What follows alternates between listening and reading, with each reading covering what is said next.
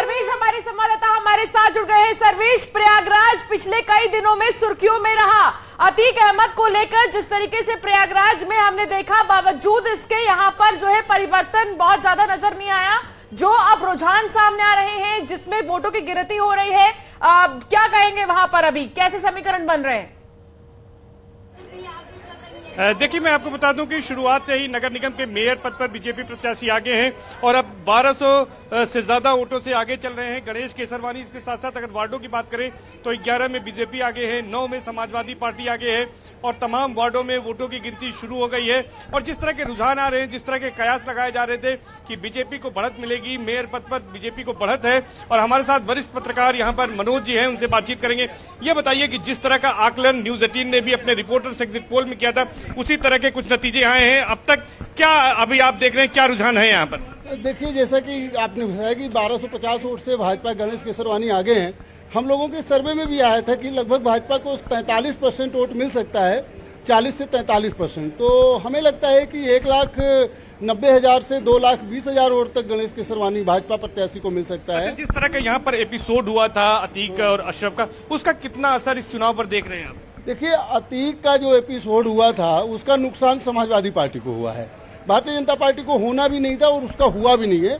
एक तरह से ध्रुवीकरण हुआ है जो भाजपा के पक्ष में हुआ है। अच्छा, मुस्लिम्स को लेकर कहा जा रहा था कि मुस्लिम समाजवादी पार्टी से नाराज हैं, वो वोटों का डिवीजन हुआ है, वो कांग्रेस को, बसपा को, सबको उसका फायदा हुआ। आम आदमी पार्टी से भी मुस्लिम प्रत्याशी थे, उसमें कितना अंतर दिखता है? देखिए, यही हुआ कि शहर का मुस्लिम जो है वो कांग्रेस को वोट किया है, गंगा पार का मुस्लिम बहुजन समाज पार्टी को वोट किया है, यमुना पार का मुस्लिम जो है वो समाजवादी पार्टी को वोट किया है। सर्वेश आप ये भी पूछेगा कि माफिया एक्शन का असर साफ तौर पर देखा जा सकता है जिस तरीके से बीजेपी की बढ़त प्रयागराज में देखने को मिल रही है। बिल्कुल, ये स्टूडियो से सवाल है कि जिस तरह से यहाँ पर वोटिंग का जो ट्रेंड रहा है और जो नतीजे या रुझान आ रहे हैं, क्या माफिया पर एक्शन का असर है? ये कह सकते हैं माफिया पर एक्शन का असर है और वोटों का डिवीजन है, जिसकी वजह से जो है आज भारतीय जनता पार्टी आगे। और भाजपा का जो प्रत्याशी था वो भी बहुत सीधा था और उसको आम आदमी की तरह था और प्रत्याशी बढ़िया दे नहीं पाए। मनोज जी, आप वरिष्ठ पत्रकार हैं और कई चुनावों को आपने कवर किया है, निकाय चुनाव से लेकर तमाम लोकसभा, लेकिन इस बार जो ट्रेंड दिख रहा था उसमें क्या लगता है आपको, इसी तरह के रुझानों की उम्मीद थी? हाँ बिल्कुल, जो है शुरुआत से ही जब भारतीय जनता पार्टी ने जो है अपना प्रत्याशी घोषित किया तभी ये हो गया था कि अच्छा प्रत्याशी दिया है और ये एक तरफा चुनाव होगा। और अन्य प्रत्याशियों के आने के बाद ये निश्चित हो गया था कि एक तरफा होगा और वही हो रहा है। प्रयागराज में 4 मई को पहले चरण में वोटिंग हुई थी, 2 मई को जब एक बड़ी बात ये भी है सर्वेश, माफियाओं को मिट्टी में मिला दिया जाएगा, ये मुख्यमंत्री योगी आदित्यनाथ ने कहा था। तो क्या ये मेन फैक्टर भी वहां पर वोटरों के दिमाग में था कि अब प्रयागराज सुरक्षित है? क्या वो इससे खुश हुए? बिल्कुल यही सवाल मैं कर रहा था कि 2 तारीख को जब सीएम यहां पर 2 मई को आए थे और पहले चरण के चुनाव प्रचार का आखिरी दिन था, तो उन्होंने माफिया को लेकर जिस तरह का संकेत दिया था, उसका कितना असर आप मानते हैं? क्या उससे कुछ वोटों का प्रतिशत बढ़ा है? हाँ, देखिए, सीएम के आने से वोट जो है ग्लोबलाइज हुए हैं और सीएम और पार्टियों के कोई बड़े नेता आए नहीं और मुख्यमंत्री आए और माफिया पर उन्होंने कार्रवाई किया, उनकी जमीनों पर गरीबों। बड़ी खबर इस वक्त आ रही है, लखनऊ निगम में कांग्रेस 7 वार्ड में आगे है, लखनऊ निगम में बसपा 4 वार्ड में आगे है। बड़ी खबर आपको बता दें, लखनऊ निगम के 110 वार्ड के रुझान आ गए हैं और लखनऊ निगम में बीजेपी 57 वार्ड में आगे चल रही है। लखनऊ निगम में 28 वार्ड में समाजवादी पार्टी आगे है और कांग्रेस 7 वार्ड में आगे है। मोहम्मद शबाब हमारे साथ जुड़ रहे हैं, मोहम्मद शबाब हमारे साथ हैं, मोहसिन रजा के साथ इस वक्त मोहम्मद शबाब मौजूद हैं। मोहम्मद शबाब, ओवर टू यू।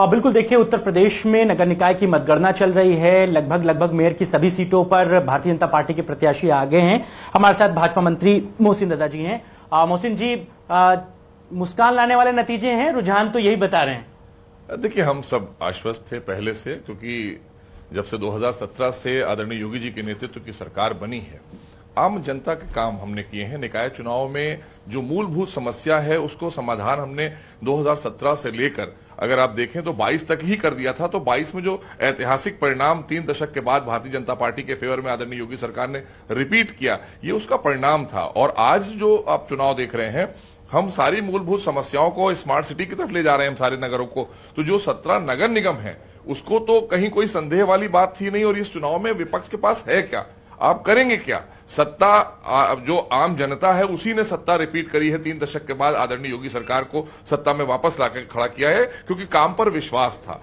तो वो विश्वास का वोट जो है वो लगातार बढ़ रहा है, घट नहीं रहा है। तो आज भी जो परिणाम आ रहे हैं ये कोई चौंकाने वाले नहीं है, ये हमेशा से वही परिणाम है जो 14 के बाद से लगातार चले आ रहे हैं। 17 के ले लीजिए, 17 के निकाय चुनाव ले लीजिए, फिर 22 के आप चुनाव ले लीजिए, फिर आप 19 के चुनाव ले लीजिए। सारे चुनाव में भारतीय जनता पार्टी और उनकी नीतियों पर विश्वास किया है जनता ने, और हमने विकास किया है। इसलिए हमें पूर्ण विश्वास है कि बहुत भारी बहुमत से उत्तर प्रदेश में निकाय चुनाव जीतेंगे। एक बात ये भी बड़ी कही जाती है कि भारतीय जनता पार्टी हमेशा चुनावी मोड में रहती है। इन निकाय चुनाव में भी मुख्यमंत्री ने ताबड़तोड़ 3 दर्जन से ज्यादा जनसभाएं की, केशव मौर्य ने जनसभा की, सारे उप मुख्यमंत्री लगातार फुल फ्लैश में डटे रहे। वहीं विपक्ष की तरफ से जो अपोजिशन का जो मोड था वो थोड़ा हल्का नजर आया। समाजवादी पार्टी, बहुजन समाज पार्टी, कोई बहुत नहीं दिखा कहीं। देखिए, हल्का होने का नतीजा ये है कि उन्हें पता है कि मैदान में कोई हमारे पास प्लेयर ही नहीं है। सारे खिलाड़ी और सारे प्लेयर्स जो हैं अच्छे से अच्छे वो भारतीय जनता पार्टी के पास में है, और भारतीय जनता पार्टी का एक एक कार्यकर्ता समर्पित है। जिस तरह से आदरणीय योगी जी सभाएं करते हैं, आपने देखा होगा, ताबड़तोड़ सभाएं करते हैं। जैसे हमारे दोनों उप मुख्यमंत्रियों को देखिए आप, लगातार वो मैदान में रहते हैं। हमारे प्रदेश अध्यक्ष को मैं देखता हूं, संगठन के तमाम कार्यकर्ताओं को जमीन पर रहते हैं, क्योंकि हम जनता के हितों के लिए सरकार बनाते हैं। भारतीय जनता पार्टी कभी अपने स्वार्थ के लिए सरकार नहीं बनाती है, जनता के हितों के लिए हमारी सरकार जो है सेवा का माध्यम होती है। इसलिए भारतीय जनता पार्टी समर्पित है उत्तर प्रदेश की 24 करोड़ जनता के लिए। एक एक कार्यकर्ता हमारा समर्पित है, और उसका परिणाम भी है। जनता हम पर विश्वास कर रही है। सारी जगह के जो रुझान हैं या जो भी फैसले, जो निर्णय आ रहे हैं, वो भारतीय जनता पार्टी के पक्ष में आ रहे हैं, और आगे भी आते रहेंगे। 24 में भी आप देखिएगा कि ये परिणाम को आप देखकर 24 में भी देखिएगा कि भारतीय जनता पार्टी 80 की 80 सीटें, जैसे 17 नगर निगम की सीटें हम जीतने जा रहे हैं, लोकसभा में हम 24 की 24 सीटें जीतेंगे लोकसभा में। लगता है कि मंच से जो योगी जी का जो भाषण रहता है, जो उनकी बातें रहती हैं, वो प्रभावशाली हैं। लगातार क्राइम कंट्रोल को लेकर के जो एक्टिविटी दिखी, लोगों के भीतर एक मैसेज कन्वे हुआ कि स्वस्थ वातावरण में जीना आसान है, इसलिए भारतीय जनता पार्टी सबसे बेहतर विकल्प है। जो आदरणीय योगी जी ने करके दिया है ना पिछले 6 वर्षों में उत्तर प्रदेश की जनता को, इसके लिए जनता इंतजार कर रही थी। कोई ऐसा मुखिया आए जो हमारी समस्या को समझे, हमें सुरक्षा दे, हमें विकास की तरफ ले जाए, हमारा निर्माण करे। तो आज उत्तर प्रदेश देखिए चौमुखी विकास हो रहा है। आपने ग्लोबल इन्वेस्टर समिट देखा, उसका नतीजा है कि यही उत्तर प्रदेश है जहां इन्वेस्टर आने को तैयार नहीं होते थे समाजवादी पार्टी या बहुजन समाज पार्टी की सरकारों में। आदरणीय योगी सरकार ने जब पहला इन्वेस्टर समिट किया था, उसमें हम लोगों ने लगभग 5 लाख करोड़ के एमओयू साइन किए थे 2018। और बड़ी खबर मिल रही है, अपना दल और एसपी में कांटे की चक्कर देखने को मिल रही है। अपना दल प्रत्याशी 987 वोटों से आगे है। 8वें राउंड तक अपना दल को 25,030 वोट मिले हैं। एसपी प्रत्याशी को 24,043 वोट मिले हैं। ये बड़ी जानकारी हम आप तक पहुंचा रहे हैं। सुवार में 7वें राउंड की गिनती जो है लगभग पूरी हो चुकी है, लेकिन यहां पर कांटे की टक्कर देखने को मिल रही है। अपना दल प्रत्याशी की अगर बात करें तो 987 वोटों से आगे हैं। 8वें राउंड तक अपना दल को 25,030 वोट मिले हैं। तो कांटे की टक्कर सुवार सीट पर देखने को मिल रही है। राकेश त्रिपाठी बीजेपी से हमारे साथ जुड़ गए हैं। राकेश त्रिपाठी जी, बहुत स्वागत है। राकेश त्रिपाठी जी, आज क्या मिठाइयों की तैयारी आपने कर रखी है, क्योंकि अभी तक तो आगे ही नजर आ रही है बीजेपी?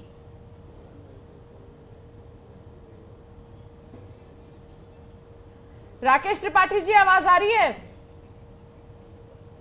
तो राकेश त्रिपाठी जी तक आवाज नहीं पहुंच पा रही, कुछ तकनीकी खराबी है। दोबारा से संपर्क साधने की कोशिश करेंगे। मनीष सिंह हमारे साथ जुड़ गए हैं समाजवादी पार्टी से। मनीष सिंह जी, क्या तैयारी है आज और कितना कॉन्फिडेंस है, कितनी सीटें आपकी होंगी? देखिए